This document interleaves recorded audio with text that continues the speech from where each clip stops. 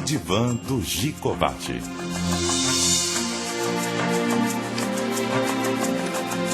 Está no ar, no divã do Gicovati. Como sempre, eu começo falando de algum tema relevante, pelo menos do meu ponto de vista. E hoje eu gostaria de falar um pouco sobre envelhecer. Se é possível envelhecer bem. Sabe que a velhice hoje é um problema complicado, porque a maior parte das pessoas vê a velhice como uma coisa horrorosa, né? Tanto assim que as pessoas tentam postergar ao máximo, através de plásticas, de recursos de todo tipo, como se a velhice fosse realmente um período da vida o mais lamentável de todos, o mais negativo, o mais desprestigiado. Não foi sempre assim. Teve um bom tempo em que o idoso era justamente a pessoa respeitada, a pessoa que todo mundo levava em consideração, todo mundo valorizava as suas opiniões, e ele era tratado como uma espécie de ancião respeitável que todo mundo queria de se cercar da presença dele, até com o intuito de aprender coisas com essas pessoas mais velhas. Mas a verdade é que hoje não. Hoje o velho é um personagem meio desqualificado, e o velho é um problema, porque o velho não é mais tão velho. Hoje, 60 anos é visto como início da terceira idade, e as pessoas com 65, 70, 75 anos estão em condições muito, muito favoráveis. De modo que a verdade é que, havendo saúde, que é um requisito absolutamente fundamental, o envelhecer sim é uma coisa boa, apesar de que tem algumas características próprias, e algumas características próprias, vamos dizer assim, diferentes de outros estágios. É um estágio completamente diferente de vida, e algumas características negativas, que evidentemente que uma delas, por exemplo, é que mesmo tendo boa saúde, sempre existem algumas dores, e a capacidade de tolerar melhor algumas dores é um requisito fundamental para que o indivíduo possa viver bem esta fase da velhice. Assim também tem que tolerar a progressiva decadência física, que é inexorável. É inevitável que fisicamente a pessoa vá se tornando cada vez mais com a pele enrugada, cada vez mais com a aparência envelhecida, os cabelos brancos ou caindo, enfim, coisas que a gente não gosta de assistir, não é? A mudança da aparência física sempre no sentido, vamos dizer assim, do decaimento, do enfraquecimento do ponto de vista físico, porque do ponto de vista intelectual, apenas algumas pequenas perturbações da memória que não são tão relevantes e nem tão próprias só das pessoas da terceira idade. É evidente que tem o problema principal, né, que o indivíduo tem que sentir e se acostumar com a aproximação do final. Ou seja, a morte para uma pessoa mais velha é alguma coisa mais presente, o futuro é mais curto, o passado é mais comprido, a tendência das pessoas a pensarem mais também no que já passou. Não tem muito jeito de ser diferente, e essa é a parte negativa da última fase da vida. Tem alguns aspectos muito bons, e esses é que não têm sido muito louvados ultimamente. Por exemplo, o indivíduo já sabe mais ou menos naquilo que foi o que ele deu. Se deu certo, se deu errado, em que foi feito da sua vida, dá para ele saber mais ou menos vamos dizer, que expectativas juvenis ele foi capaz de cumprir, que outras ele realmente tem que amargar, aí uma definitiva decepção, e depois se acalmar, se apaziguar, ter uma expectativa muito menor e muito mais paz de espírito, porque a ambição também diminui. Quer dizer, mesmo quando o indivíduo ainda trabalha, e muitas são as pessoas que estão na terceira idade que curtem trabalhar e curtem continuar em atividade, mas é uma atividade mais lúdica, muito menos competitiva, porque evidentemente que o indivíduo não tem mais aspirações que vão muito além daquilo que já foi atingido. O maior objetivo das pessoas com mais idade é manter o padrão, o patamar daquilo que já foi conseguido. De maneira que é uma fase mais ou menos mais estável, é um período, vamos dizer, que implica em mudança radical, não é uma continuação de fases anteriores, como não é a continuação de fases anteriores nenhuma outra fase da vida. São sempre momentos de ruptura, momentos em que nem sempre a cabeça acompanha com facilidade o corpo, ou seja, o indivíduo se vê no espelho, às vezes leva susto com a sua aparência física mais envelhecida, porque eles têm de si ainda uma memória de um período anterior. Mas apesar de não ser esta continuidade e da necessidade de se aceitar isso ao invés de ficar tentando prolongar indefinidamente a meia-idade, o que às vezes me parece até meio patético. É uma fase da vida como qualquer outra, tem seus aspectos positivos, seus aspectos negativos e realmente, como o pessoal de brincadeira diz, a alternativa para não envelhecer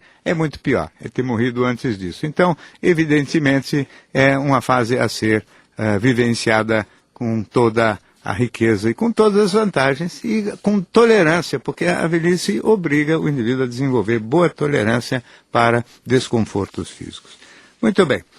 Vamos lá, então, ao nosso primeiro ouvinte no telefone. Seu nome, por favor? Oliveira. Pois não, Oliveira. Doutor Giocovari, boa noite. Boa noite. Eu vou ser bem objetivo para não... É o seguinte, doutor Giocovari, eu e minha esposa, nós praticamos o sexo assim de uma maneira não mais convencional. Eu faço a parte feminina passiva e ela faz a parte ativa como se ela fosse um homem. Mas ela usando o clitóris dela, né?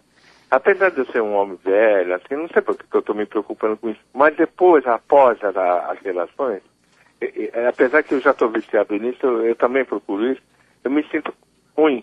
Ruim como homem, ruim como... Ele agora recebendo a fotografia do meu pai aqui, aquele tipo de reprovação. É só, doutor Giocovari. Mas eu não entendi, a sua esposa se entristece com isso ou ela curte esse tipo de... Não, ela curte, mas ela não fica que nem eu... ela não fica com identidade, ela não fica com a identidade sexual abalada. Eu já fico, né? Mas o que quer dizer identidade sexual abalada? Você fica em dúvida se você é um indivíduo com características homossexuais? Não, porque eu não procuro homens, né? Então. Mas acontece que eu faço um papel análogo ao deles, né? Eu e ela, né? Sim. Apesar de estar com a minha esposa, entende, doutor? Entendo perfeitamente, mas isso... Quer dizer, quando eu quero voltar para a minha parte ativa masculina, eu tenho, mas já não combina bem, não dá muito prazer. Então, a convencional, né? Sim. E quando você busca essa parte ativa masculina, a sua esposa também topa bem? Ela topa, mas não gosta mais muito. Também já não gosta mais?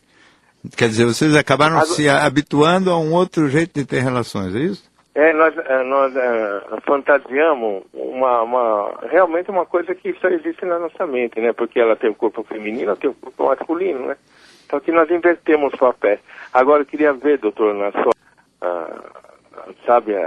no estudo que o senhor tem, se isso é aquela homossexualidade anacástica que chama, né? Onde o indivíduo sofre e não quer ser assim. Mas eu nunca tive atração por homem. Então, é isso, doutor. Então, Oliveira, na minha cabeça, e de acordo com o meu ponto de vista, aquilo que se deveria, com propriedade, chamar de relações homossexuais é quando são relações entre parceiros do mesmo sexo. Quer dizer, quando a troca de carícias se dá entre um homem e outro homem, ou entre uma mulher e outra mulher. Essas seriam as relações homossexuais, e aonde, naturalmente, o desejo se manifesta na direção de parceiros do mesmo sexo. No caso de vocês, o que existe é o seguinte: a troca de carícias se dá entre o homem e a mulher, e naturalmente, portanto, se trata de um relacionamento claramente heterossexual, porque as trocas de carícias são entre dois parceiros de sexo diferentes. Agora, o tipo de troca de carícias que vocês gostam de fazer são trocas de carícias, vamos dizer assim, menos convencionais. Não são aquelas mais características das que se estabelecem entre, vamos dizer assim, um homem e uma mulher. Quer dizer, não é o homem com o papel ativo, buscando a estimulação direta do clitóris da mulher através da mão ou da língua e depois através da penetração vaginal, tentar não só se satisfazer, como satisfazer a mulher. Naturalmente, aqui existe uma outra fórmula que vocês encontraram, onde os prazeres se dão e as zonas erógenas se dão em outros locais, e acabaram por encontrar uma solução equilibrada, tanto é equilibrada que nenhum dos dois, nem você, nem a sua mulher, gostam muito de voltar ao velho padrão tradicional, vamos dizer assim, mais clássico das relações entre homem e mulher. Não vejo problema nenhum nisso, e também não vejo nenhuma alteração do que seja a identidade sexual, nem sua, nem da sua esposa. Apenas um jogo de fantasias eróticas que vocês curtiram praticar desta maneira e que realmente não deveria preocupar em nada a vocês e, ao contrário, é uma das formas de se divertir de um casal, não tem por que ser diferente. Muito obrigado pelo seu telefonema. Temos aqui um e-mail da Michele, que nos escreveu o seguinte: Dr. Gicovati, há 1 ano mantenho uma paixão não correspondida por um apresentador de televisão. No início era apenas admiração. Depois fui visitá-lo, quando fui visitá-lo, senti uma forte atração física. A cada visita me sinto mais apaixonada. Eu resolvi me declarar por e-mail, pois pessoalmente não conseguiria por causa da timidez. Ele disse que não correspondia ao sentimento e não quis me dar o número do celular dele, porque, segundo ele, isto poderia atrapalhar a nossa amizade. Escrevo para ele todos os dias e ele apenas agradece o carinho. Quando ele fala no programa na TV, tenho a impressão que corresponde aos meus sentimentos, pois usa frases que escrevi para ele. Ao mesmo tempo, receio que seja ilusão. O que devo fazer? Insisto e tento conquistá-lo ou desisto de enviar mais mensagens e assistir ao programa dele por algum tempo? Então, Michele, aqui, pelo que eu li, pude entender, você realmente fantasiou tudo. Quer dizer, este rapaz, que é esse apresentador de televisão, por quem você desenvolveu a admiração, nunca foi leviano. Ele disse claramente que não correspondia aos seus sentimentos. Ele deixou muito claro, não dando o número do celular, que estava, vamos dizer assim, sem nenhuma disposição de criar um canal fácil de comunicação entre vocês. E pelo jeito parece que você não desiste, né? Parece aquelas coisas assim de uma pessoa que decidiu que porque você gosta e tem interesse nele, você quer que a coisa se concretize, quer dizer, é um amor, se você quiser chamar assim de platônico, ou uma paixão não correspondida, mas em que você insiste e faz de tudo para que vire uma coisa de acordo com a sua vontade. Então não tenha dúvida nenhuma que se trata de uma ilusão. E não tem por que insistir, porque se insistir permanentemente, mandar e-mails todos os dias, é de uma inconveniência enorme. O rapaz já foi mais do que claro em dizer de que ele tem respeito por você, carinho por você, porém tem nenhuma pretensão de estabelecer nenhum tipo de relacionamento. Portanto, qualquer coisa que você faça para além disso, quer dizer, para além de se afastar, é insistência, persistência e inconveniente. Quer dizer, você agir, vamos dizer assim, abusivamente, como se fosse malhando o outro, forçando a barra para que o outro haja de acordo com a sua expectativa. Ou seja, eu quero porque eu quero, e a minha vontade não pode ser negada, quer dizer, nem decepção alguma eu posso ter nas minhas vontades. Isso é capricho, parece uma coisa bem imatura da sua parte do ponto de vista sentimental. Se você é uma pessoa bastante mais amadurecida em outros aspectos, do ponto de vista sentimental, parece realmente uma pessoa imatura e muito puxada para eu quero porque eu quero, e o outro vai ter que querer de acordo com a minha vontade. Não é assim a vida, e do ponto de vista sentimental, realmente as coisas têm que ser bilaterais e correspondidas. E esse não é o caso. Então, tem que realmente cair fora, desistir, parar de enviar qualquer tipo de mensagem e, óbvio, para o seu próprio bem, se afastar mesmo da televisão nos horários em que esse cidadão aparece. Muito obrigado pelo seu e-mail. Temos então mais um ouvinte na linha. Seu nome, por favor? É Cláudio. Pois não, Cláudio. Boa noite, doutor Flávio. É um senhor? Igualmente. Eu gostaria até que esse programa começasse às 20 horas e até às 10. Porque eu não perco um domingo. Sou seu fã, né? Muito obrigado. O senhor é um homem bem inteligente, né? E eu gostaria do seguinte, eu namoro uma pessoa, ela tem 51, eu tenho 50. E todas as vezes que eu vou lá, ela quer ficar com os netos dela, né? E aí eu falo, acho que essas coisas tem que ficar de dia, não à noite, né? Aí eu chego lá e fico com ela, e depois ela fala, um dia eu saio com você, e outro dia eu fico com os netos. Eu não acho certo uma coisa dessa, né? Quanto tempo você namora, Cláudio? Faz 1 ano. Sei. Você já foi casado antes? Já, 2 vezes. 2 vezes. E ela também? Também. E também 2 vezes? Isso. E agora estão os dois separados? Isso. E só namoram? Só namora. E na hora de namorar, em vez de namorar, ela fica com os netos, é isso? Ela gosta de dormir com eles à noite. Sei. Um dia fica comigo, no outro dia acho que tem que ficar com eles, né? Sei.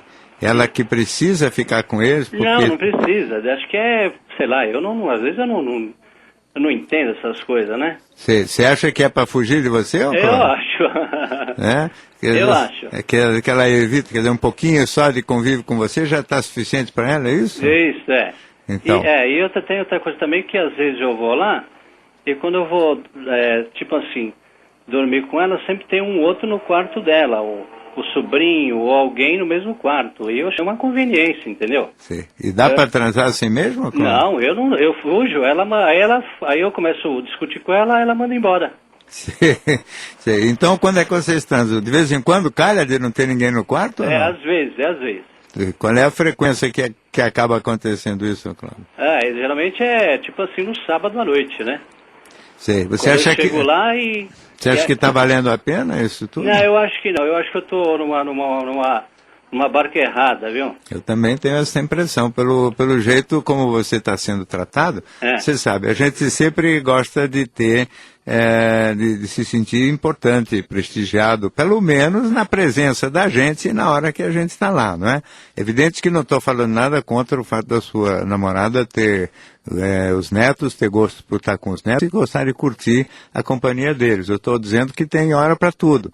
E se você, na hora em que você está lá e está sendo, vamos dizer assim, tratado como se fosse uma pessoa cuja presença é meio inconveniente, porque afinal de contas parece que se você não tivesse lá, ela poderia se dedicar mais aos parentes, aos sobrinhos, aos netos, etc. É evidente que você está se sentindo, e com razão, desprestigiado por baixo menor, e nessas condições eu acho que você devia mesmo repensar essa barca, como você disse, não é uma barca furada, porque está sendo muito mal atendido naquilo que todos os seres humanos, não é só homens e mulheres, precisam sentir na hora da intimidade, que é essa coisa de se sentir importante, prestigiado pelo seu parceiro sentimental. Senão, não há Cristo que aguente. Então, antes que isso aí acabe transformando e degenerando em mais brigas ainda, eu acho que seria uma boa você repensar esse processo e ver se ele realmente convém para você. Muito obrigado pelo seu telefonema.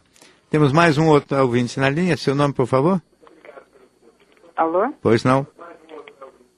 Alô? Alô? Pois não. Pode... Boa noite. Boa noite. Meu nome é Sandra. Sandra. Eu gostaria de saber... Pois não. Eu gostaria de saber sobre a característica de um psicopata. Mas, Sandra, por que você está interessada nisso? E agora vai ser difícil. Não, só explicando genericamente. Problema de família. Problema de família. Eu gostaria também de entrar em contato com o senhor, mas assim, escrever, dizer o que está acontecendo. Mas se o senhor me dá uma orientação. Certo. Então, me diga uma coisa, Sandra, tem quantos anos? 67. 67. Então, o que eu posso dizer é o seguinte, muito rápida e simplificadamente, o psicopata é um indivíduo que tem algumas características de personalidade. Psicopata é um termo que, na verdade, é um tipo de nomenclatura que não se usa mais. É um termo que está deixando de ser usado e hoje se fala em personalidades antissociais, né? No fundo é a mesma coisa, mas o psicopata é um nome um pouco genérico que não quer dizer exatamente nada do ponto de vista médico, porque seria só um indivíduo que tem problema ou com patologia psíquica, mas a personalidade, chamada antigamente personalidade psicopática, hoje chama-se personalidade antissocial. É uma característica de pessoas que crescem por 1000 razões, algumas de nascença e outras relacionadas com o tipo de educação, crescem com duas características principais. Uma, sem nenhum tipo de sentimento de culpa. E, portanto, sem nenhum freio interno que impeça o indivíduo de agir de acordo com os seus ímpetos e vontades imediatas. Então, ele não tem freio interno nenhum e aquilo que ele sentir vontade de fazer, mesmo que haja e a sua ação implique em prejuízo de outra pessoa, ele não deixa de fazer porque ele não sente o remorso que é o freio interno. Mas essa ausência de remorso, de freio interno, na verdade, Quer dizer, a falta de remorso é comum e existe em uma boa metade da população. Acontece que esses psicopatas ou antissociais, eles além de não ter freio interno, também não têm freio externo, ou seja, não têm medo. São pessoas sem medo de represália, e são pessoas, portanto, que não têm nem freio interno, que é o da culpa, e nem o freio externo, que é o medo de represálias, medo de retaliações. Então são pessoas que agem rigorosamente de acordo com os seus ímpetos, suas vontades, seus interesses, não se preocupam absolutamente em magoar outra pessoa, não tem nenhuma preocupação também com nenhum tipo de, vamos dizer, com censura ou represália que possa vir a se manifestar em relação a eles. Não tem medo de nenhum tipo de represália, nem mesmo religiosa, nem mesmo represália de natureza, vamos dizer, social, não tem medo de cadeia, não tem medo de castigo, não tem medo de ser morto, inclusive. Então são pessoas realmente bastante difíceis de serem educados, aqueles que constituem um grupo mais difícil de trabalhar dentro dos presídios e muitas vezes também agem assim, de um modo complexo dentro da família. Muito obrigado pelo seu telefonema. E temos mais um ouvinte na linha. Seu nome, por favor?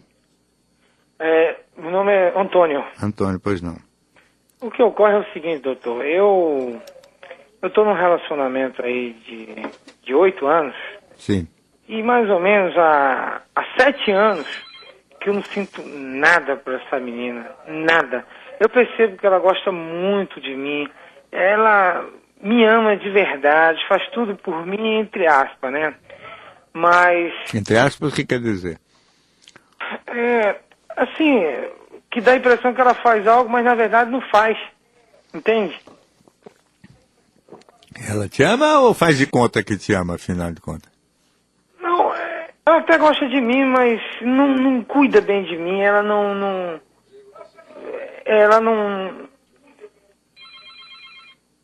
Eu não sei bem explicar.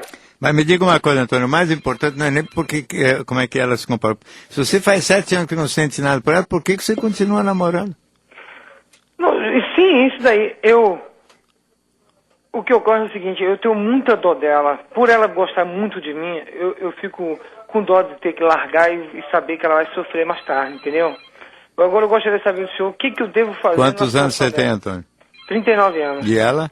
29. Então você acha que ela não vai resistir e sobreviver à ruptura do relacionamento com você, é isso? Não, resistir, isso eu sei que vai, mas vai sofrer muito, né? E por eu ter dó dela, eu não gostaria de largar ela agora não, entendeu? Não sei, eu devia... E vai largar quando? Mais pra frente ou vai casar com ela? Não, eu gostaria que ela percebesse isso de mim e ela mesmo me largasse. Ah, mas já deu pra ver que isso não vai acontecer, meu caro, porque já são 7 anos que você tá nessa lenga-lenga aí, já deu para ver que ela não vai tomar essa atitude, não é? Então eu acho o seguinte, você tem que ser um pouco mais realista, não se iludir com esse tipo de expectativa. Acho mesmo que você tem que imaginar o seguinte, que a pena não é um sentimento que justifica você ficar junto com ela. Por pena você está, na verdade, há 7 anos, de alguma maneira, iludindo a menina. Por pena de largar, você está dando esperança de que você ou gosta ou pode vir a gostar dela do jeito que ela gostaria de ser gostada. Por causa da pena, você está adiando uma solução que pode estar, na realidade, prejudicando o destino e a vida dela. Daqui a pouco ela está com 40 anos de idade, você segurando ela aí por causa da pena e diminuindo cada vez mais as chances dela encontrar alguém que verdadeiramente goste dela. As pessoas às vezes crescem com o sofrimento. Imaginar que a gente não possa provocar sofrimento desse tipo na outra pessoa é ver a outra pessoa como uma bonequinha de louça dessas de porcelana que quebra à toa. Não é assim. O ser humano aguenta, o tranco aguenta a adversidade e você tem que falar, obviamente, com o máximo de cautela e de delicadeza, mas tem que agir, vamos dizer, com honestidade, deixando bem claro que não é a pessoa que está te encantando para valer e com a qual você não pensa em futuro. Então, 8 anos de namoro, naturalmente, ela já está imaginando que isso vai redundar em algum compromisso maior. Seja honesto, seja franco, né? E mais vale um dia de nervosismo e de mal-estar e ter que falar as coisas do que ficar 7 anos enrolando do jeito que você está fazendo. Juliano. Muito obrigado pelo seu telefonema. Muito bem, eu tenho aqui um e-mail do Márcio, que escreveu o seguinte: eu tenho mania de roer unhas desde criança. Diz ele, eu queria deixar esse hábito desagradável. O que devo fazer para conseguir? Olha lá, Márcio, você sabe que parar de roer unha é uma das coisas difíceis. Aliás, quase tudo que tem a ver com a boca é difícil. Parar de comer é difícil, parar de fumar é difícil, parar de mascar goma, né? De usar a goma de mascar é difícil. É muito difícil alterar hábitos relacionados com a boca. É um inferno a boca, porque ela envolve aconchego. Até hoje existem adultos que chupam o dedo, né?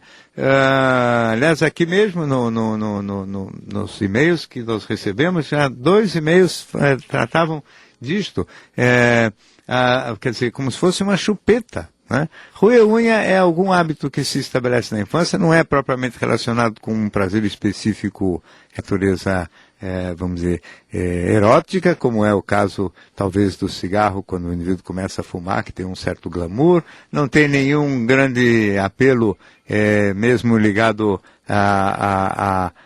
vamos dizer, ao aconchego, mas de todo modo é alguma coisa que implica em botar o dedo na boca, em ficar de alguma maneira lambendo o dedo e se preparando para algum tipo de atividade relacionada com, vamos dizer assim, um aconchego, uma lembrança infantil, etc. É um hábito idiota, porque na verdade não dá prazer, não tem dependência química e ainda assim, e sendo bastante simples, dificílimo de largar, muito pouca gente que constitui este hábito de roer as unhas consegue se livrar. Às vezes se machuca de tão forte que vai, o nervosismo puxa o ato de roer e ao mesmo tempo o indivíduo realmente não consegue. As técnicas comportamentais são as que melhor resultado dão. E elas sugerem práticas assim, do tipo, ou usar qualquer tipo de remédio, ou coisas com gosto ruim passado nos dedos, ou usar luvas durante alguns horários do dia,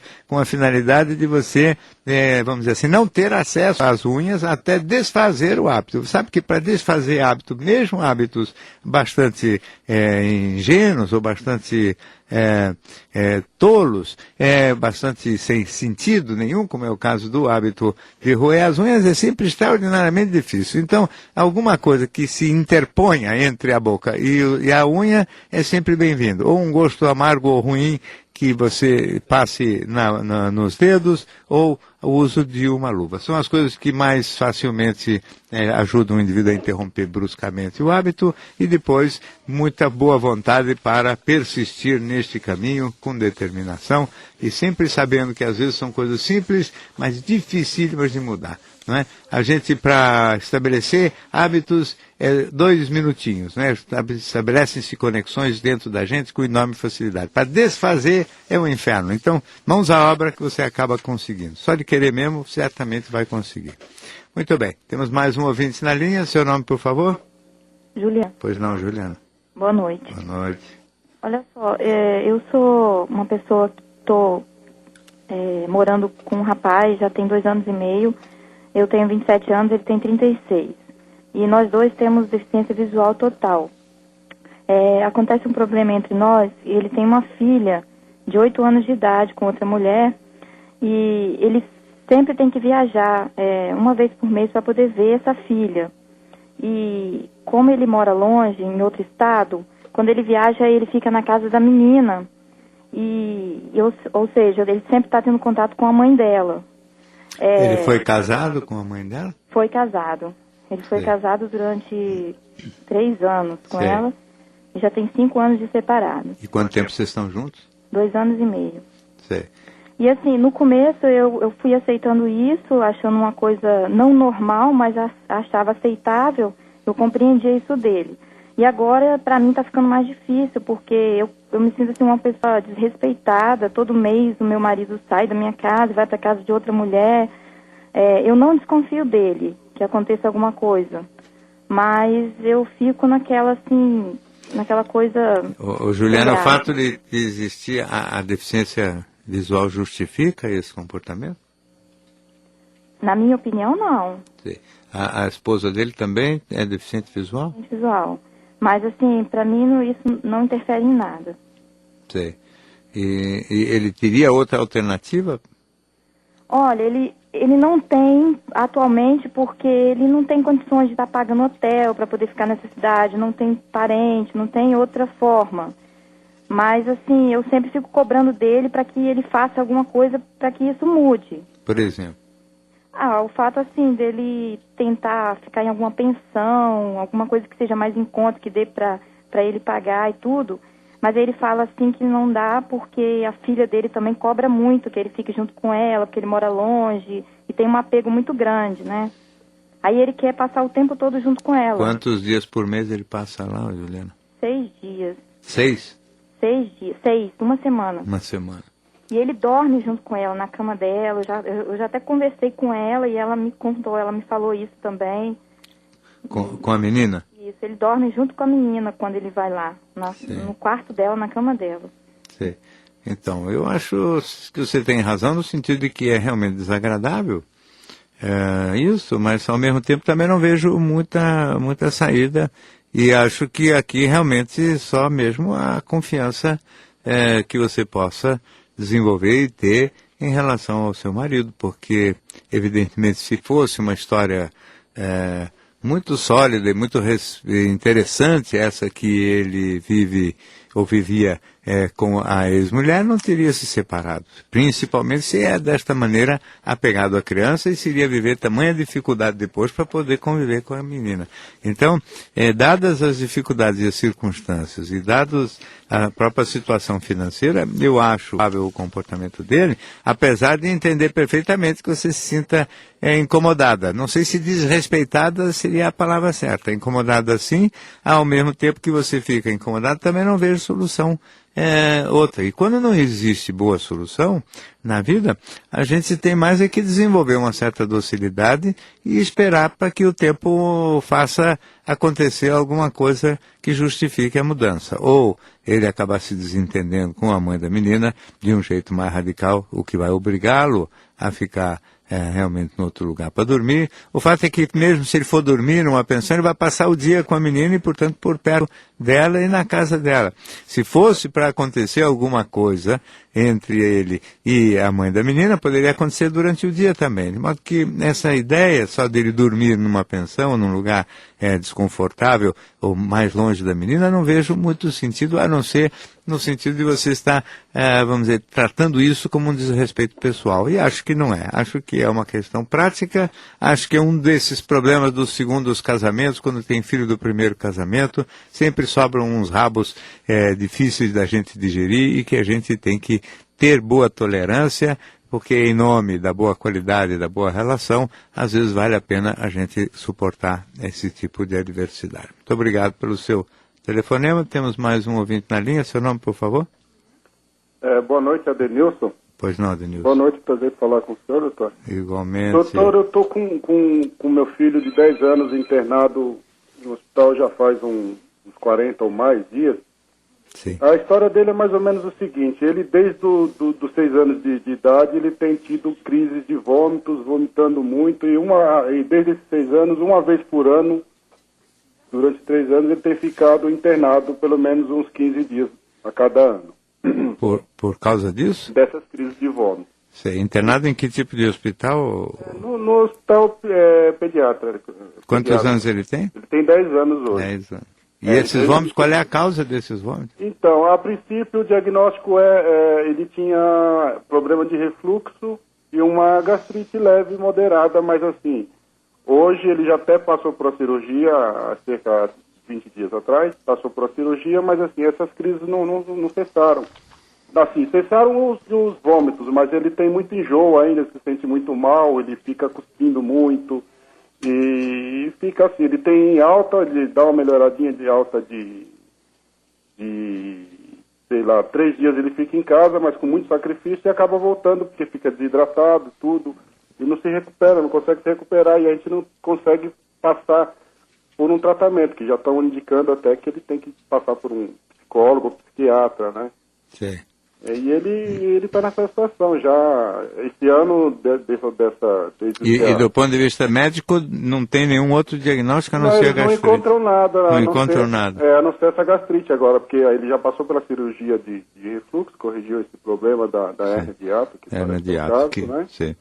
Então, quer dizer, já fez a cirurgia de hernia de hiato e ainda sobra todo este enjoo, o vômito diminuiu, exatamente. E ele não consegue se alimentar quando está em casa? Não consegue se alimentar. Ele fica bem quando está no hospital? No hospital ele tem ainda esses enjoos, mas ele demora um pouco para ter uma leve melhora. Ele começa a se alimentar e... Sim, mas ele, de certa maneira, ele gosta de ficar no hospital? Quer dizer, ele acabou desenvolvendo um gosto por seguro no hospital? Não sei se é esse o caso, talvez seja, sei lá, a última vez que ele teve alta, ele comentou com a mãe dele, até a gente ficou até assustado, que não queria voltar para casa, que queria ficar no hospital. Sim. Ele chegou a comentar isso, a gente não queria admitir, né? Sim. E ele, por outro lado, também não consegue então estudar, nem fazer nada? Não está indo para a escola, esse ano ainda não foi para a escola ainda. Que situação complicada, hein, Ednilson? Muito complicada. Então, eu estou desesperado já com isso. Estou ficando até emocionado agora. Então, mas aí, veja bem, do ponto de vista meu aqui, é muito difícil de eu opinar numa situação assim. É uma situação incomum, né? Não é o padrão normal isto. E, naturalmente, então, a gente fica sem condição de falar genericamente como são as respostas que eu posso dar aqui pelo rádio e sem conhecer pessoalmente. Um menino de 10 anos com uma história desta dramaticidade, vamos dizer assim, de apego ao hospital, acabou por desenvolver algum tipo de problema muito específico, onde ele se sente seguro e aconchegado e protegido mesmo no hospital, talvez esteja também fugindo de outras obrigações da escola, do que seja.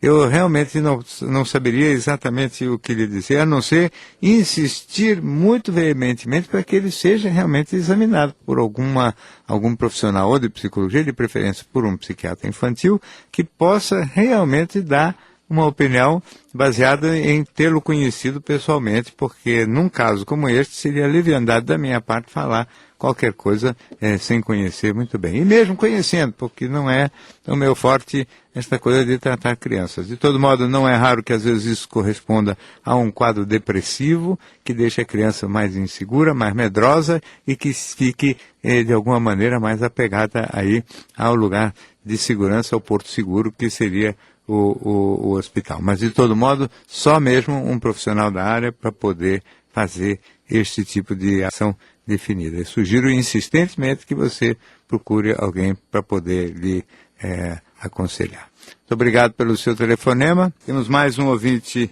ao vivo. Seu nome, por favor? Rodrigo. Pois não, Rodrigo. Tudo bom? Boa noite, doutor. Boa noite. Doutor, eu quero só tirar uma dúvida. Eu sou casado há quase 13 anos, tenho 2 filhas, vivo muito bem com a minha esposa. Só que nós temos uma grande dificuldade, relacionamento de sexo afetivo. Não tem ação, é muito monótono, eu fico até de 15 a 20 dias sem ter relação sexual. Não atraio e eu sei que ela também não me trai. Agora, o senhor tem como me dar uma solução para um caso como esse? Mas você é que não procura ou ela é que não procura? Na realidade, eu a procuro sempre. E ela que não... Ela que não tem muita vontade. Ela fala que ela gosta quando nós fazemos tudo, mas ela não tem vontade de fazer. Enquanto ela não está no ato, ela não tem vontade. Se eu não procuro, eu passo mais de meses. Tá bom, mas se você procura, sempre ela responde positivamente? Não é sempre. Na maioria das vezes, eu reluto. Só que é aquele lance, é o que eu passo para ela. Eu não vou na rua procurar. Mas eu digo, na maioria das vezes você força e ela topa ou não? Não, na maioria das vezes ela não topa, né? Não topa. Então, eu acho aí, Rodrigo, que se realmente vocês se dão bem, se vocês têm um clima legal, se você e ela realmente curtem a vida a dois, então ela está 100% errada nisso, porque de fato existe uma tendência vamos dizer assim, a acomodação dentro da vida conjugal, para que a vida sexual se torne meio monótona, até um tanto repetitiva, etc. Mas um pouco desta animação, dessa festa, depende muito também, um pouco não, uma boa parte depende da postura da mulher, da cooperação da mulher, e, portanto, se ela pudesse participar um pouco mais ativamente, seria muito mais divertido, muito mais legal, muito mais animado para todo mundo. Você deveria deixar bem claro o grau de insatisfação e frustração, o quanto humilha você o fato de ser rejeitado sexualmente com certa frequência e, portanto, que de fato ela deveria saber o grau de desconforto que provoca quando recusa sexualmente. A vida sexual da mulher, principalmente, ela realmente costuma se excitar mesmo. E quando começa a relação, não vejo nenhuma razão para ela ter que, vamos dizer assim, imaginar que tenha que esperar primeiro estar com vontade, com desejo, para depois ter a relação. Podia perfeitamente acontecer o inverso. Ela entrar no clima a partir do fato de estar sendo solicitada e estimulada sexualmente por você. Muito obrigado pelo seu telefonema. Temos aqui um e-mail da Patrícia, que pergunta o seguinte: Dr. Gicovati, é realmente necessário mudarmos a rotina de nossas vidas para conhecer alguém? Ou basta aguardar que as coisas acontecem? Ela conta que é bem-sucedida profissionalmente, mas o mesmo não ocorre no lado profissional. Já teve namorados e os conheceu em diversas situações. Falta só conhecer agências de relacionamento e sites. Tem 37 anos e depois de uma certa idade não temos mais disposição para sair à noite e em busca de parceiro. Os colegas de trabalho são, na maioria, casados. Então, o que fazer? Então, Patrícia, eu penso o seguinte: realmente, para quem tem um determinado tipo de personalidade, mais, vamos dizer, diurno e mais ligado ao trabalho, etc., definitivamente a noite e os bares para pessoas solteiras não correspondem exatamente ao lugar onde você vai encontrar parceiros legais. Aos 37 anos, a maior parte das pessoas, vamos dizer assim, mais legais, realmente são casados. Mas muitas dessas pessoas que são casadas estão mal casadas. E a qualquer momento podem surgir separações, e esses novos, vamos dizer assim, pessoas separadas ou em vias de separação funcionam como se fossem pessoas solteiras. Evidentemente tem também pessoas solteiras, homens que demoram também hoje para casar e que se dão bem na vida individual. É evidente também que quanto mais diferenciadas as pessoas, mais difícil de cruzar com um parceiro adequado. Então é preciso um pouco de autoconhecimento, um pouco de consistência e de desenvolvimento pessoal, competência, inclusive para ficar bem sozinho, ou razoavelmente bem sozinho, não ter aflição muito grande e esperar que as coisas aconteçam. Uma mãozinha aí da sorte realmente costuma contribuir muito neste ponto do filme para que as coisas aconteçam, principalmente para quem não fica muito impaciente e nem fica muito, vamos dizer assim, inquieto nem desesperado. O desespero leva sempre a escolhas inadequadas, então cuidado com isso. Muito obrigado pelo seu e-mail. Temos mais um ouvinte no telefone. O seu nome, por favor? Oi, doutor. Boa noite, César. Pois não? Prazer em falar com o senhor, hein, doutor? Igualmente. Eu tenho aqui estou com uma dúvida agora, que é a seguinte: eu não sei se eu estou com um transtorno obsessivo compulsivo, né? Ou uma ansiedade crônica, ou déficit de atenção, porque eu acho que eu me encaixo em todos os casos, né? Mas você viu isso o quê, na internet? Sim, eu andei fazendo algumas pesquisas, Todo mundo pesquisa essas coisas na internet, só fica cada vez mais confuso, né? Não é um bom lugar para fazer. Você na internet tem outras coisas mais divertidas para fazer, mas de todo modo, qual é o sintoma principal seu? Então, eu tenho uma ansiedade, acho que muito grande, isso me causa um cansaço mental, atrapalha bastante, sono, né? E aí manias de gasto, comprar demais, né? Qualquer coisa vira motivo para comprar alguma coisa a mais, coisas que eu acabo nem podendo usar porque não dá tempo, né? Sim. E aí coleciono coisas, baixo arquivos na internet, tudo vira mania, né? Sim, você coleciona tudo? Começa... Você tem hábitos também de ordem, assim, de limpeza, de lavar a mão muitas vezes por dia, organizar muito armários, estantes, essas coisas ou não?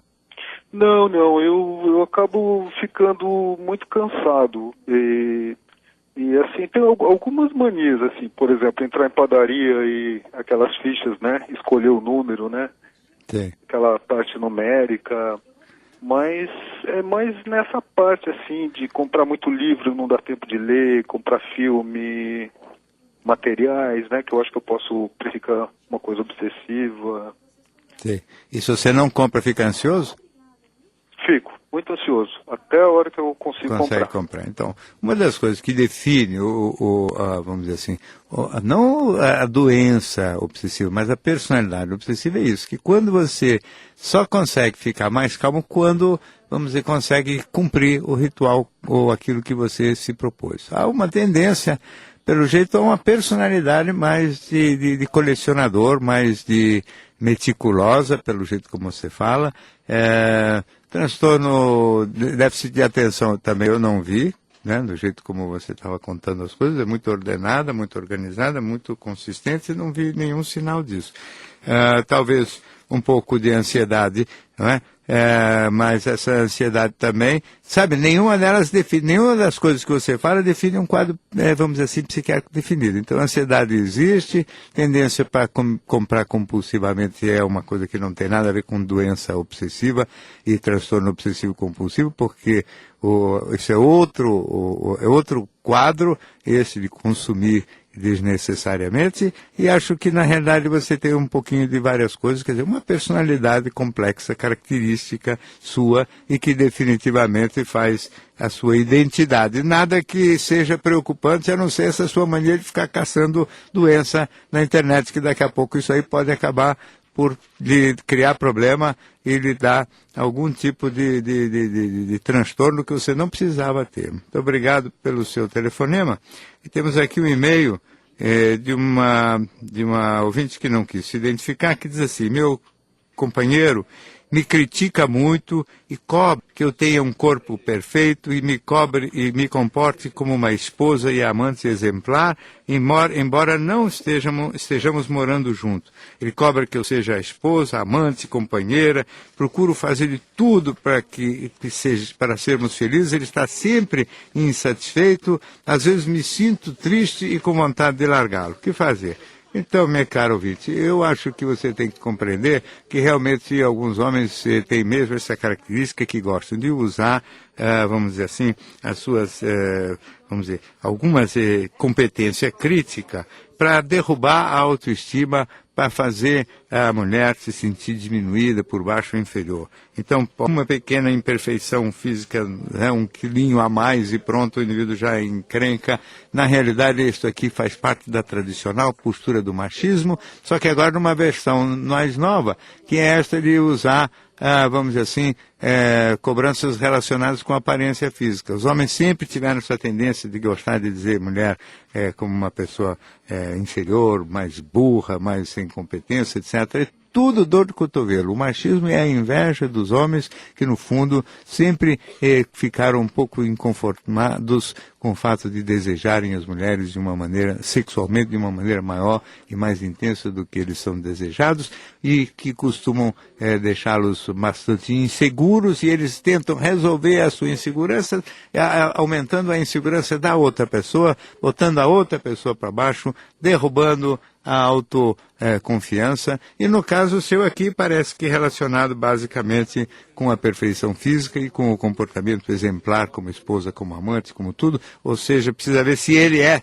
tudo isso que ele como homem, como marido, como companheiro, se ele é tudo isso que ele cobra e espera de você. Não parece ser, porque só de ficar cobrando desse jeito ele já mostra um sinal bastante dominador e que gosta de rebaixar a autoestima da mulher. Perfeição física é uma exigência ridícula da modernidade. Tem a ver com a vaidade dele, de talvez querer circular com uma mulher que seja muito linda e exuberante. Não tem importância nenhuma para o sexo. O corpo, com todo respeito, tem que ser muito bem cuidado sim, mas porque ele é a fonte da nossa saúde, e, portanto, aquilo que pode transportar a nossa subjetividade, a nossa alma com toda elegância e dignidade, e também serve, evidentemente, para as práticas práticas sexuais. Só fora isso, o resto são fontes de infelicidade, fontes de natureza relacionada com o consumismo e com outras coisas muito duvidosas. Muito obrigado pelo seu e-mail. No Divã do Gikovati teve produção de Renata Pedini e Camila Campaneruti. Os trabalhos técnicos de hoje foram de Williams Fernandes. A direção nacional de jornalismo é de Marisa Tavares. Boa noite.